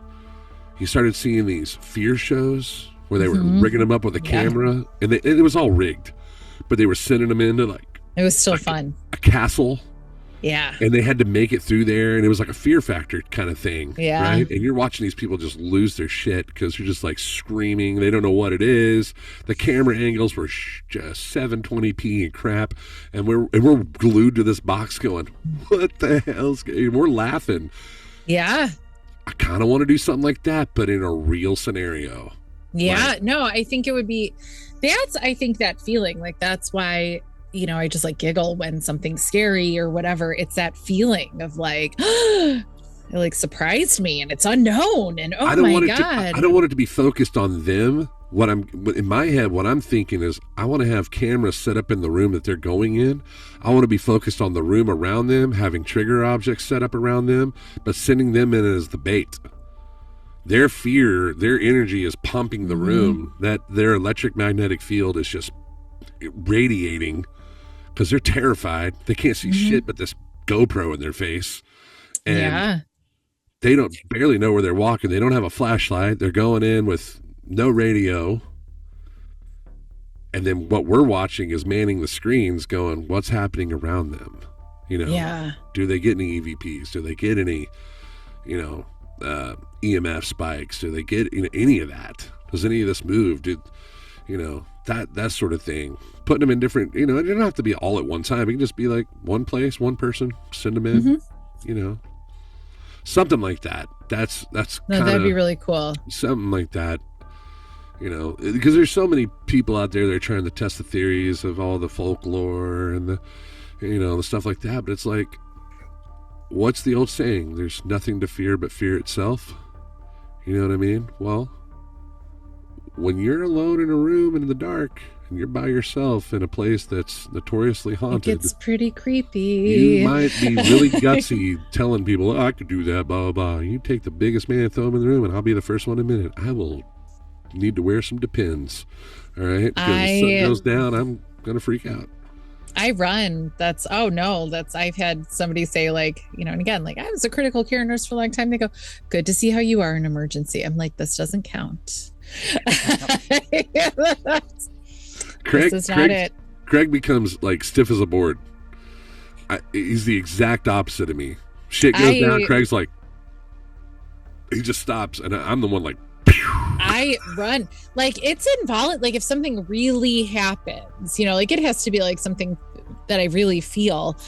It's like involuntary. I just I'm like, whoop, well, just get out of there. Craig, tell her about Cranfield House you'll love this because it it was him and we're in a really small room, smaller than what I'm in now, like small. And this happens, The Kara. house was built like in the 1800s, so it's really small. It fits me perfect, but he's like, oh, ceiling.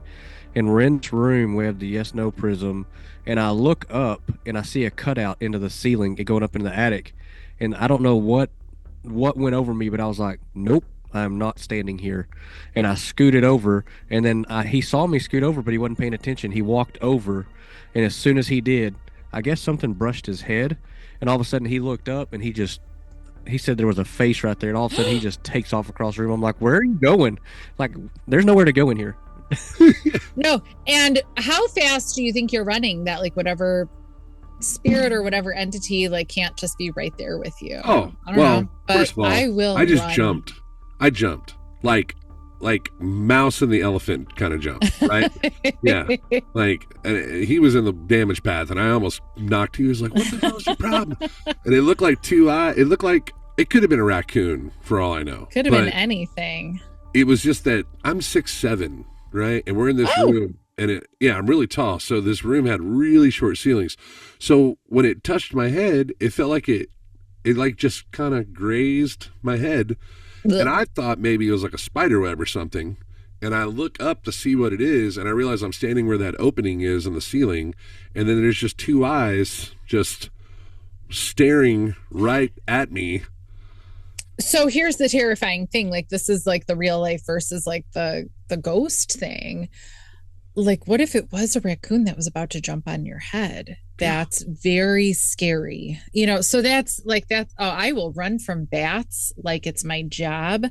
I love bats in theory. Like, if you're like, let's help save bats, I'd be like, yes, I am there for it. I say, oh, they're so cute. I love them so much. You put one in a tunnel or in a hallway or in a outside. Oh, geez, with me. I am terrified of them. I will run. There was one point I was running down a gallery of the prison, and I had my older kid and his girlfriend and a couple of us, my friends were in there. It was during like a festival they were having at the prison, and we're like, oh, let's go down this gallery. Let's show it off a little bit. You've never been here. And everybody was taking, people on tours that night. And so we took them down, and we saw some bats dangling, and I was like, oh, that's nice. And then they start flying towards us. But they weren't flying towards us. They were trying to get out. Me and a friend of mine, we are running and screaming like they're there for, blood. They're not. And my kid is like, he's like yelling. He goes, they're not chasing you. They're just leaving. Stop moving. Like he's just like yelling at us. And I was like, I can't do it. So I'm staying like 2 feet ahead of this, these bats the whole way. So it's like they're chasing me, and I'm sure the bats are like, ma'am, I want nothing to do with you. Can you please stop? And I couldn't help myself. Logically, I can tell you you just duck, you stop, but no. Yeah, no, you don't. So one of the first times I ever got to go with Justin, I went with another group of guys, and I was just the cameraman at the time. And we left this place. It was a haunted house, an old building. And it was like probably 4 or 5 in the morning. Before I get home, Justin calls me. He goes, you're not going to believe this shit. He goes, I pulled up to McDonald's, and I heard something growl, and I looked back, and a raccoon came up. Shut your mouth. In my van. I'm at a McDonald's. It's like 6 o'clock in the morning. I'm in the drive-thru getting coffee and whatever. And I hear this like, that's horrifying. And I'm like, that's hell? And I look up in the rear view, and I have a van. I have a band van. I have the white band van with like a church van, right? So at the very back row, this little head pops up and is looking at me, and I'm like, holy shit! And I open the door up, and I open the side doors up, and I'm like, get out of here! Come on, God! Like, I open up the back door of the van, and he runs out, took off across the parking lot. I mean, I about crap my pants right there. I would just like consider dying right there. That would be on the table. See, my old lady is completely different. She'd have been like, if she dies by getting mauled by a bear or a raccoon, you can bet that her last words were like, "Come here, little fella, let me touch you." Okay, I like to think that I'm that person, but I'm not, because, and I know this because I run from bats like it's my job. Like they're all trying to kill me, and I can't help it. Raccoons, when they start screaming in trees, I am just like, I should go and like get underground real quick. No, but what I used to, okay, squirrels, cute little things, right? No. Yep. So they started going. So yeah, no. So we started, I don't know why we thought this was a good idea. One winter, we started like, we had only cats. We didn't have our dogs yet. There's a little hole that the cats made in the screen door, right? So we thought at first we would open the screen door and throw some nuts out because they're squirrels, and okay, that was real cute. Eventually we got to the point that we can, out of the little crack in the corner, hand feed the squirrels. And they weren't coming in the house. Like they were very like pretty tame. Like, I'm going to come and get my almond here. And this went on for quite a while. It started in the winter, but then like, summertime. So I think we got to like, the next end of summer, fall, or so. And I was reaching through, and one was very sharp. It like sliced my finger, because they're very sharp little things with snail. And I was like, oh, I should probably, like, this was shockingly deep of a cut on my finger from this squirrel. And that was a little terrifying. So we stopped doing that, right? Okay, so now this perfect food source that they've based their baby having and everything on, like their life is based now on all these nuts and everything. So here, now we're a-holes, because now I'm kind of scared of them, and we stop like really feeding them. And one like jumps out of a tree and like bounces off of me at one point. They're oddly heavy. They're not, it's disturbing. It bounced off. It did not stay on me. One time I'm going out to shovel, and another one starts coming at me with like coming, because they're like, you're the lady that used to give us the nuts, and then you cut us off. And I literally like had that shovel, and I'm like trying to block it. I ran inside the house, and I was like, you know what? No, these wild animals are wild.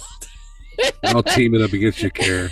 They're all having meetings going, listen, she leaves at 7 for work. Mm-hmm.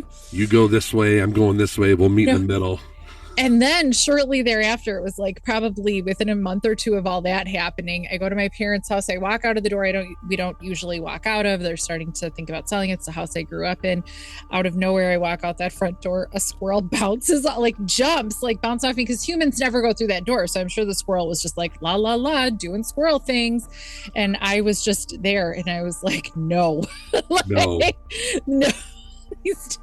These squirrels, this is terrifying. So now, like, I know how heavy squirrels are. I know how sharp squirrels are.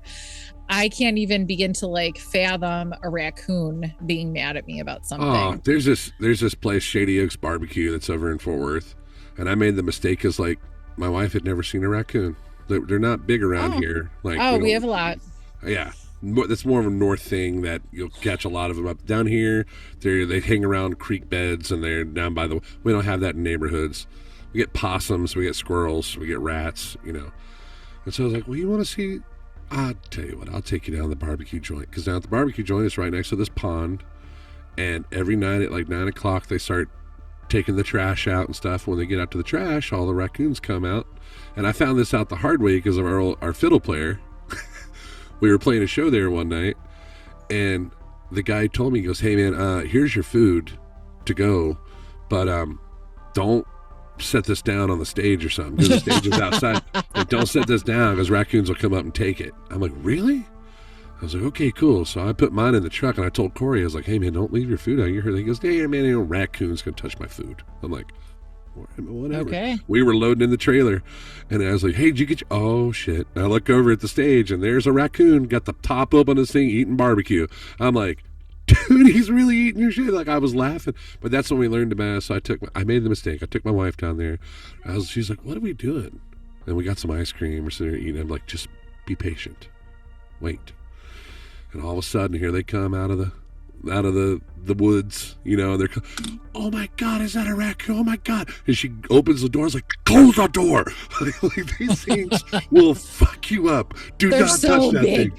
Thing. Yeah. And like the house I grew up in, so I mean, I'm sure it's all over, like in that suburb, they will just like get in the trees and scream. Yeah. Like they're huge in the trees, just yelling, and it's awful. And so, yeah, no, I love them. I think they're so cute. I had like a friend had a pet raccoon. They're delightful little things. Different. Except I'm not the person that I tell myself I'm the person that's going to go tame that feral something. I'm not. I'm terrified, and I will go lock myself in the house because I know the story when you raise them from a baby and you raise them like a pet. Oh yeah, that's different. No, but like I know they're sharp and heavy, and they're not tame. And no. Yeah. Hey, back to what we were talking about earlier about the we were talking about the graveyard with the possible portal. Mm-hmm. And I was trying to remember the name of that place. Craig, thank you for sending me this. The Domes of Casa Grande is what they're called. Oh, I'll have to look that up. Yeah, and there's a whole thing on it here about it. But this is the place, and I'm trying to see where. Let's see. It says where you can take your time, explore each photograph. You're physically present at the location. This immersive experience. It doesn't say where it's at. Does it say where it's at, Craig? In Arizona. You're supposed to sense in Arizona. where it is Okay, and end yeah. up there. You're supposed to get there. Yeah, this is supposedly a crazy thing, but yeah, that is the name of it. The Domes of Casa Grande, and they're creepy looking. They're so weird looking, but I've seen so many paranormal shows, just explorers that have gone out to that thing and had that same experience of just feeling like they're walking through like a wall of energy going into Yeah. Yeah. No, honestly, like, so it's winter, whatever it's cold. One of these days, I just have to make it to Resurrection and just go there, like that, get my fix a little bit because it's warm, it's nice. Should go in there with a spirit box. So yeah, but there are like, I'm so quiet and careful there because there's people that are actually visiting their loved ones. Not many though. Like it's only enough that it's creepy. Like it's just enough that like. Is it shut down at night? Like can you get in there at night? No, it's definitely at night. It's closed. Okay. Yeah, so I don't know about you in Texas, but we have in the Chicago area, most of our cemeteries are fenced and locked. They are the nice ones anyway. Pretty much as a rule where I live in the town I live, as we get a little further out, maybe they're not Catholic, they're not. And so, but I remember when I moved to Michigan, I said to my then person, I was like, they had no fences, they had nothing. I was like, they don't have fences or gates or locks or anything on the cemeteries. And he was like, why would they do that? And I was like, kids don't come here and drink and smoke at night. No, we didn't. And he was like, why would they do that? And I was like, I don't know why you don't understand. I don't know why you don't understand that. That makes you weird, not me. Yeah. I didn't live in Michigan forever. You should just stop the conversation and be like, when you were a kid, did you go exploring to places that you shouldn't go? Nope. Okay, this conversation's over. Yeah, no, but like that's not how they are in West Michigan. It's like not the same. It's different there. I think there's a lot of places in the US that is like that. The more you venture out, the more you talk to people, the more you find out, I better stick with this group because. Yeah, like so the east side of Michigan, because they have Detroit and stuff, they're a little bit more interesting. They're cooler. Sorry, everybody in West Michigan, but like they have gorgeous beaches in West Michigan, like there's pluses, but it's not. What's exciting. It's Detroit. Is it north or east part of Detroit where all the abandoned neighborhoods are at? Isn't it all of Detroit? No, I know. It could be. I mean, it very well could be. Yeah. It kind of is. Yeah. No, there's areas I couldn't tell you exactly. It's just gone. Yeah. Like there's just all these empty houses, and there's explorers that go walking through those things. Which there was, I know when I lived in Michigan, there was like that talk of it, and I don't know if it actually was, but everybody would say like that you could buy an abandoned house or a lot for like nothing because they just want somebody to own it. Was really interesting because they were talking down here about the homeless factor that's building up down in Austin and Houston, et cetera, and they're talking about like. The country as a whole is talking about like all the homeless that's in California and New York, et cetera. And then somebody brought that up and said, well, you know what? Why don't we get together and fund living in Michigan. There's an entire neighborhoods with shelter that if we just spent a little money and made this with running water and fixed it up a little bit, you got tons of area for them to live, and we can, help them get back on their feet, like a rehabilitation site. And I thought, man, what a cool idea. That would be. But then there has to be jobs there too. Like there has to be jobs. There's a reason that it's all like that it gets there. But at the same time, it's like if you're homeless and you're not, you know what I mean? Like it's cold up here though. Like it's wait a minute. I thought this same thing until I went to Alberta. And then I went to Calgary and I watched a pack of homeless people, and I'm like, it is 50 below zero. These people are just walking like no big deal. So, I mean, you can get used to things, but there is obviously a reason you would want to be like more like Texas, Louisiana, California if you do not have central heat. This is true. Well, you don't want to be down in South Texas with no AC, man. That is no joke. There's no joke. We had to deal with that this past summer. Our band was hilarious because all last year we tried to go north. We were trying to get up into like Montana during the hot months. We were trying to go north. Yeah. And all we got was south. We got all the way down to damn Mexico. And I was like, it was July and we were playing down in Corpus Christi. It was 114 degrees in the shade. Wow, that's very hot. No, I don't want any of this. It's Craig's favorite time of year. Because of the heat. Isn't that right, Craig? Yep. Man of many words. Love you. Kara, thank you so much for being a part of the podcast today. This was a blast. Thank you. I very much enjoyed it. I appreciate you having me. You got it. Let's don't be a stranger. Let's do this again. And right on. Maybe I'd love to. Let's maybe we can do a crosscast. That would be fun. Yeah. We could crosscast. No, right on. So, thank you guys for watching episode 10. Make sure you go check out Kara Phillip. You can check her out. Where can people find you at? So you could go get a PARAFLIXX subscription, right? And you could see Paratheory, but you could also see Into the Obscure. But to see me otherwise, Facebook is a really good place. That's probably where I spend most of my time online. So Facebook, Kara Phillip. Instagram, Kara Phillip Official, but I'm so bad at it. I'm always like, oh, why don't I spend more time here? And I just don't. So Instagram, Kara Phillip Official, TikTok, Kara Phillip Official. Into the Obscure is on TikTok and Facebook and Instagram.